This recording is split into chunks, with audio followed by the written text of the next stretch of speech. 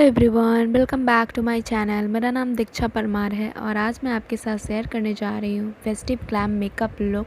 इस वीडियो में मैंने जो भी प्रोडक्ट यूज़ किए हैं उसके सारे डिटेल डिस्क्रिप्शन बॉक्स में डाल दूँगी।